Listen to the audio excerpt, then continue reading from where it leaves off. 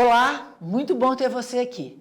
No programa de hoje vamos conversar sobre a Black Friday, um evento muito aguardado pelos consumidores que desejam comprar produtos de qualidade com descontos, mas que também atrai pessoas mal intencionadas que aplicam fraudes e golpes, especialmente em compras online. Vamos dar dicas preciosas para você não cair em armadilhas e fazer suas compras de maneira bem segura. A nossa convidada, que participa de forma remota, é Cristiana Angelini, delegada da Divisão Especializada de Investigação aos Crimes Cibernéticos e Defesa do Consumidor da Polícia Civil de Minas Gerais. E aqui no estúdio eu tenho a companhia de Ricardo Augusto Amorim César, assessor jurídico do Procon MG. Eu agradeço muito a presença de vocês, é um prazer recebê-los aqui na TV MP. Eu que agradeço. Doutora Cristiana, a data oficial da Black Friday é 29 de novembro, mas as promoções e descontos já pipocam no comércio. No seu departamento de crimes cibernéticos, quais são as maiores demandas nesta época? Olá a todos, obrigada pela oportunidade de estar aqui falando um pouquinho, sobre os crimes, sobre o trabalho da Polícia Civil. É uma honra estar aqui com vocês. Bom, durante a Black Friday, as maiores demandas do nosso departamento de crimes cibernéticos envolvem golpes relacionados a sites falsos, clonagens de cartão, fraudes no Pix e a prática muito conhecida que é denominada phishing, onde criminosos tentam roubar informações pessoais e financeiras. A responsabilidade da Polícia Civil é investigar essas ocorrências, coletar as provas digitais e oferecer suporte técnico aos consumidores prejudicados, além de realizar campanhas de prevenção para conscientizar a população sobre os riscos. Ricardo, quais são as reclamações principais do Procon nessa época de promoções e descontos? O que nós vemos em todos os PROCONs, não só no PROCON Estadual de Minas Gerais, mas também nos PROCONs municipais, a primeira reclamação que nos chega, de fato, são os golpes. Se nós tirarmos esses golpes que são cometidos contra o consumidor, a reclamação de fato, sem ser golpe, mas que é de relação de consumo, é a publicidade enganosa. Então, é aquele site que oferece um grande desconto que, na verdade, não existe.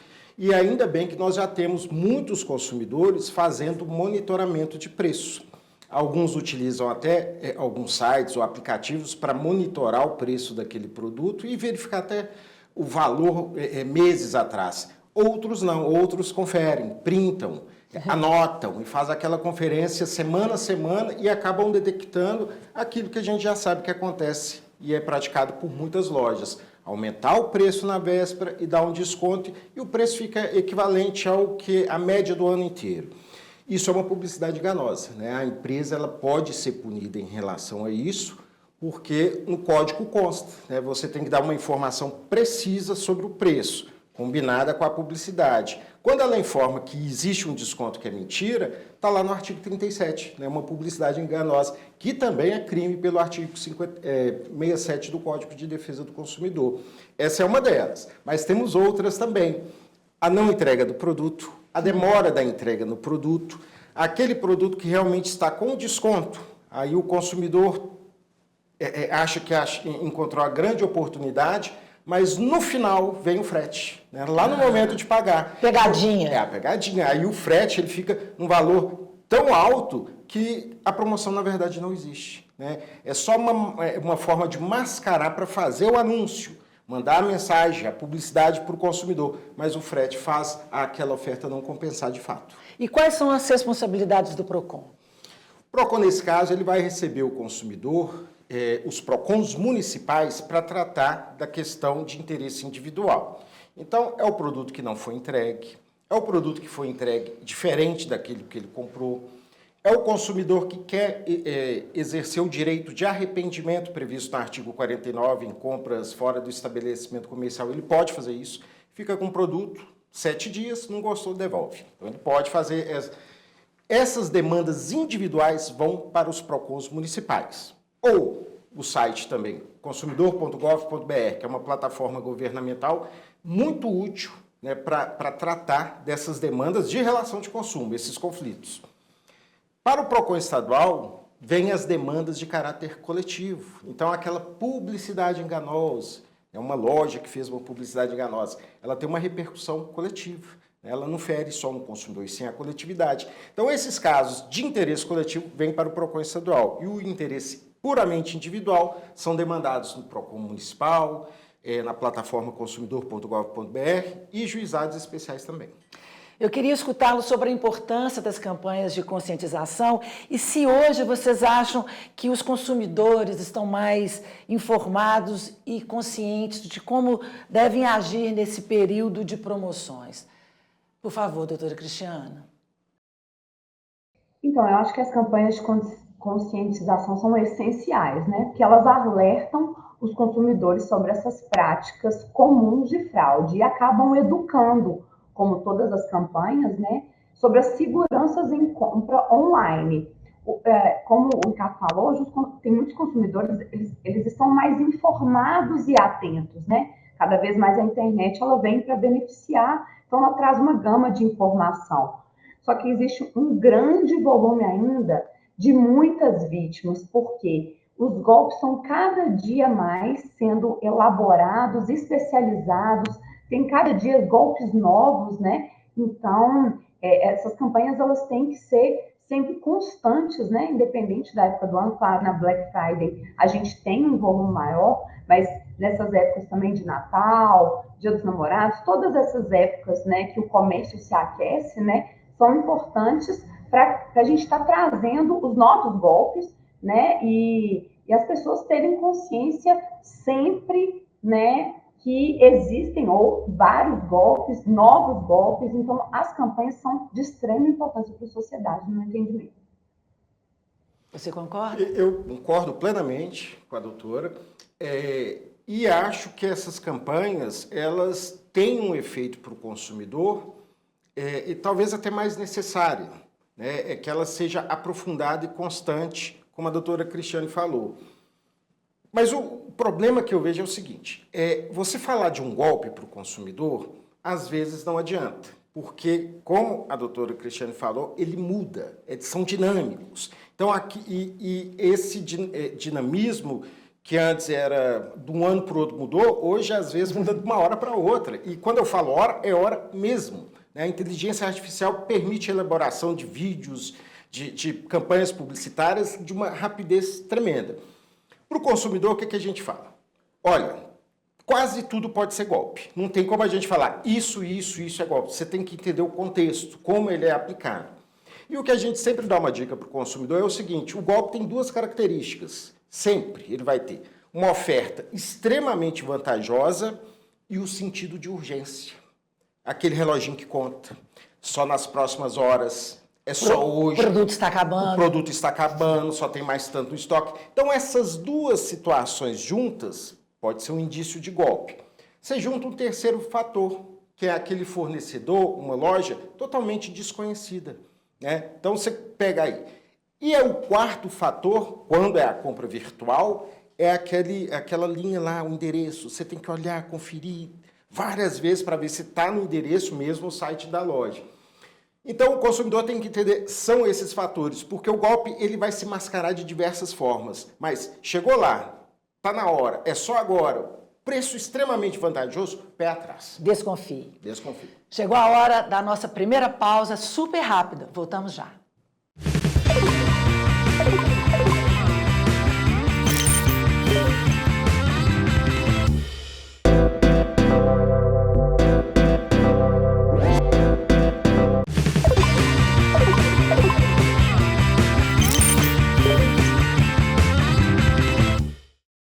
Como fazer as suas compras seguras na Black Friday é o assunto de hoje do Ponta a Ponta. Doutora Cristiana, quais são os crimes virtuais mais comuns? Bom, como a gente falou no primeiro bloco, o volume das ofertas, né, e a própria expectativa das promoções levam muitos consumidores a se descuidarem, principalmente nessa época. E os crimes mais comuns incluem sites falsos, que imitam grandes lojas, né? Então, no primeiro momento, a pessoa olha acha que é determinada loja e uma troca, às vezes um O por um zero, né? A própria mente lendo aquela coisa rápida para não perder aquela oferta, é como se o cérebro fosse enganado a não perceber o erro, porque é muito parecido, vamos dizer assim. E aí o consumidor ele vai clicar achando que é o site da marca famosa. E aí acaba sendo esses links de phishing, né, que roubam os dados, né, furtam os dados. Muitas vezes as lojas mandam por e-mail com esses links, no WhatsApp, que está todo mundo sempre conectado no WhatsApp, né? As fraudes também por meio de Pix. Então, assim, são os mais comuns, né? Tem que ficar muito atento. Como que a gente pode identificar esses sites confiáveis? Então, por exemplo, eu sempre gosto de dar um exemplo. Quando a gente está no sinal, a gente recebe um folder, né? De uma propaganda, de alguma coisa. A gente entender o e-mail dessa loja como um folder. Não vamos sair clicando. Pega o e-mail, olha, me interessou o produto, então depois eu mesma na barra de pesquisa, vou entrar naquela loja, ver se exatamente aquele e-mail condiz com o que o site oficial da loja está oferecendo, né? Então, assim, tem que priorizar sempre a verificação desse endereço. Essa URL, esse que a gente fala, né, que começa com HTTPS, né? Então, procurar sempre essas informaçõezinhas que parece ser muito técnico, mas não é. As pessoas estão cada vez mais acostumadas com esse linguajar cibernético, né? Uma outra coisa importante também, procurar avaliações online. Então, a gente tem, assim, sites conhecidos, né? São empresas que falam de outras empresas. Então, antes, né, de clicar naquele site, eu não conheço aquela loja, às vezes é um comerciante menor, e às vezes é real aquela loja. Então, clicar, né, entrar num site que forneçam avaliações de outras lojas, porque lá vai ter pessoas que tiveram algum problema ou não necessariamente criminoso, né, mas assim, um atraso na entrega, um produto de má qualidade, né, e basicamente evitar em clicar links enviados por pessoas desconhecidas, né? Que funciona o golpe do Pix? O golpe do Pix, geralmente a pessoa manda, né, para uma lista de pessoas conhecidas. Então, manda para assim, mãe, eu preciso pagar um boleto, preciso comprar esse tênis que está na promoção, e etc. Então, assim, os dados de todos nós foi vazado antes, né, da legislação chegar nesse ponto que nós temos a LGPD e várias outras, né? Então, os dados de todos os brasileiros, em algum momento, foi vazado. Então, os criminosos, com alguns desses dados, eles conseguem ver quem que são as pessoas, né? Então, o golpe do Pix, a gente precisa compreender assim, eu entrei numa rede social e tem uma promoção. Então, essa loja, geralmente, é uma pessoa jurídica. Aí eu vou fazer, a pessoa me passa um Pix, que é uma pessoa física, que às vezes pode até ser o dono da loja, mas empresas geralmente têm CNPJ, né? Então tem que confirmar, né? Então a gente tem que usar a internet ao nosso favor. Então a gente pode pesquisar, a pessoa manda um Pix, pesquisa lá nas fontes abertas, né? Se esse Pix é realmente da pessoa, então eu vou comprar um tênis de uma marca conhecida. E aí a pessoa que está me passando numa rede social com aquele desconto maravilhoso, está me passando um Pix de uma pessoa física, né? Então, assim, desconfia, né? É igual o Ricardo falou mais cedo, ofertas mirabolantes tem que ser, tem que levantar o alerta, porque a não ser que um tênis, que a gente sabe que custa R$1.200, e alguém está vendendo por 600, a gente tem que pensar assim, será que tem algum defeito?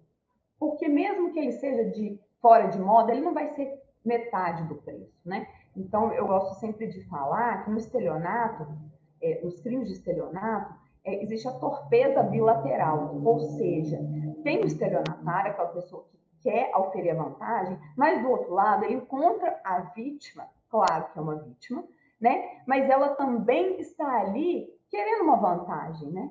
Então, a gente tem que sempre entender que não existe descontos mirabolantes. A não ser que a gente esteja num outlet, que esteja lá seção de defeitos, né? E aí, sim, a gente pode achar ofertas maravilhosas, mas na internet a gente tem que ter muita cautela. Ricardo, o que prevê a Lei Geral de Proteção de Dados? Que a gente tem que conseguir proteger os nossos dados pessoais, né? Na verdade, a Lei Geral de Proteção de Dados, ela tem vários princípios e ela, de certa forma, quer ordenar como os dados serão tratados. É o que a gente fala tratamento de dados, que são várias coisas: captura, repasse, processamento. E o consumidor, em vários momentos, por essa lei, ele tem direito de solicitar de um determinado banco de dados a exclusão dos seus dados. A LGPD ela é uma lei muito boa, muito aperfeiçoada e moderna. Só que nós não estamos falando aqui de alguém que segue a lei. Então, a gente tem essa possibilidade legal, mas você tem do outro lado, como a doutora falou, de forma irretocável, desses golpes como acontece, não tem muito jeito, a pessoa não está pensando em seguir lei alguma. Eu já vi consumidores dizendo o seguinte: olha, eu não passo meu CPF para qualquer pessoa. Tudo bem, você não passa, mas ele tem que saber que todos os seus dados já estão na internet, todos, né? Talvez a internet saiba mais dele do que ele próprio. Então ele tem que ter uma atenção, porque vem aquela pergunta: porque me mandou o WhatsApp, colocou o nome de fulano, como é que ele conseguiu meus dados? Seus dados estão na internet. Ou na internet, ou naquela internet que a gente fala, a Deep Web, salvo engano. Então, o bandido vai conseguir. O criminoso, ele sabe o caminho para conseguir essas informações. Eu acrescentaria às palavras da doutora Cristiane mais uma questão que eu acho que a gente tem que parar e sempre pensar nisso. É o famoso antivírus. O consumidor, ele tem que saber que está chegando um ponto que ele vai ter que ter um antivírus no seu computador, no seu smartphone, e que também isso não é um grande investimento. Eu falo por mim, né? A primeira contratação que eu fiz com antivírus famoso, eu paguei R$70 por ano. A segunda contratação, veio uma promoção, ele caiu para R$40. Quando eu recebo algum link de WhatsApp ou no meu e-mail que está no celular, ele barra, ele fala, não vai entrar. Perigo, como a doutora falou, phishing, malware, vai roubar dados. Então, esse alerta existe. Então, é um investimento muito pequeno. Rede pública, consumidor que usa computador que não é dele. Então, tudo isso tem que ter cuidado. A cautela vai existir. Eu costumo dizer que seu smartphone é mais ou menos uma Ferrari. Ou não, é um carro, é seu. Se custou comprar e que aquele carro ali é um objeto de desejo, você vai deixar ele sem seguro?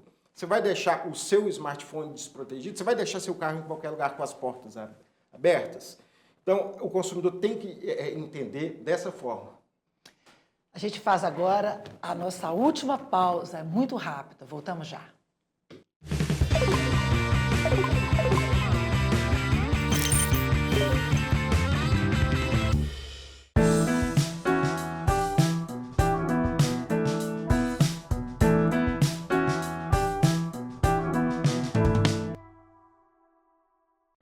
É o promotor de justiça o contato direto do Ministério Público com você. Ele solicita informações, coleta dados, investiga e ouve testemunhas para apurar irregularidades e crimes. Propõe acordos e oferece denúncias e ações na justiça. Qual o desafio da sua carreira? Eu entendo que o maior desafio é compreender as demandas da sociedade e, como promotor de justiça, auxiliar de alguma forma para que a gente possa aumentar ou melhorar o nível de qualidade de vida das pessoas onde nós vivemos. E para atuar bem, é preciso ter uma vivência fora do direito, se informar e viver a vida como ela é. Sou apaixonado por moto desde pequeno, meu pai e meu irmão são motociclistas também. Eu tenho costume de viajar de moto nas férias, né? E também tenho costume de fazer trilha aos finais de semana. E isso faz, de alguma forma, uma higiene mental. É algo terapêutico e que viabiliza o meu trabalho durante a semana, ou seja, traz uma maior tranquilidade, enfim, uma injeção de adrenalina, de endorfina e de alegria na vida. Meu nome é Nilo Alvim, promotor de justiça e atualmente sou coordenador do CAUET, da Coordenadoria da Ordem Econômica e Tributária de Contagem. O MPMG é feito para você. Cultura é conhecimento e conhecimento une as pessoas. Ministério Público de Minas Gerais.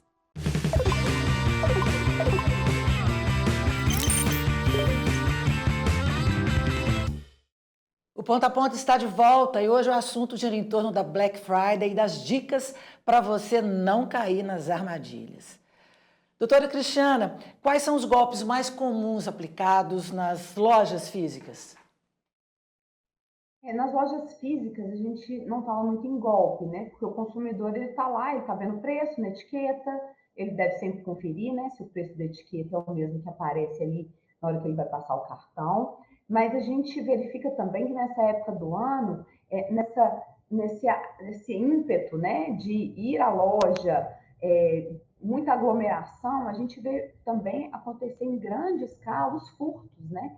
Uma pessoa esbarra na outra, aí vem uma segunda pessoa, pega a bolsa, pega o celular sem perceber. Então, aqueles cuidados, né, que a gente sempre tem ao sair na rua, a gente tem que continuar a ter, porque eles continuam existindo. A gente fica achando que os crimes migraram para o sistema digital. Sim, em muitos casos, sim. A gente está vendo uma demanda, né, crescente em crimes digitais, mas a gente não pode esquecer dos cuidados básicos, né, que são os furtos, os roubos, né, esses crimes que a gente está acostumado desde sempre. Doutora Cristiana, vamos falar um pouco sobre as compras por impulso? É um problema sério, né? E, na verdade, quem nunca, né, gente? Bom, nós mulheres, a gente pode falar com propriedade no assunto, né? A gente não pode perder uma promoção de uma blusinha ali que a gente sempre está precisando, né? As compras, né, elas têm que ser feitas com muita consciência. Então, assim, principalmente na época da Black Friday, é uma coisa que eu faço na minha vida pessoal, eu sempre, um tempo antes, eu vou monitorando o que eu estou precisando. Então, assim, meu micro-ondas estragou, posso esperar um pouquinho para esperar a Black Friday para ver se tem alguma promoção que realmente vale a pena? Ou, não, eu não estou precisando de nada. Né? Então, assim, faz uma planilha do que realmente precisa, qual os gastos, né, que a gente vai ter final de ano. A gente tem muitos gastos, né, de presentes e tal. Então, assim, faz uma lista com o que realmente é importante, o que é supérfluo, o que pode ser até um adiantamento de presente de Natal. E lembrar também que muita gente gosta de comprar as coisas na Black Friday para o Natal, e aí na hora que ela vai dar o presente, passou dos 30 dias e a loja não é obrigada, o Ricardo pode falar melhor do que eu, a loja não é obrigada a fazer a troca, né, de um tamanho, de cor. Então a gente vê essa situação acontecer também, né, da pessoa dar depois do prazo e aí ela vai reclamar e ela às vezes não tem esse direito, né? É importante que a gente defina também um orçamento específico para esse período, né? Exato, a gente precisa, né, evitar esses gastos desnecessários e comprar com responsabilidade, né? A Black Friday, tem que ficar muito atento, que ela traz uma tentação para o consumidor para adquirir itens que talvez a gente não precise. Então, um orçamento aí consciente pode ajudar no que é necessário ali naquele momento, no orçamento familiar. Como é que o PROCON consegue identificar e fiscalizar, principalmente, as variações de preços nos produtos? O PROCON estadual já fez monitoramento sobre isso e vai fazer monitoramento sempre que houver essas situações. E é o monitoramento mesmo, é aquela conferência para detectar. Mas o PROCON também, ele trabalha muito com a própria reclamação do consumidor, que chega por meio da ouvidoria. E tem consumidores que conseguem guardar, né? Ele faz o print da tela em várias fases e manda, olha aqui o produto quanto é. Parceria. Exatamente. Então, esse consumidor nos ajuda muito. A maioria das ações do PROCON, dos procedimentos, são com base nas reclamações dos consumidores. E quais são as possíveis sanções para as empresas que manipulam os preços? Em geral, é a multa, tá?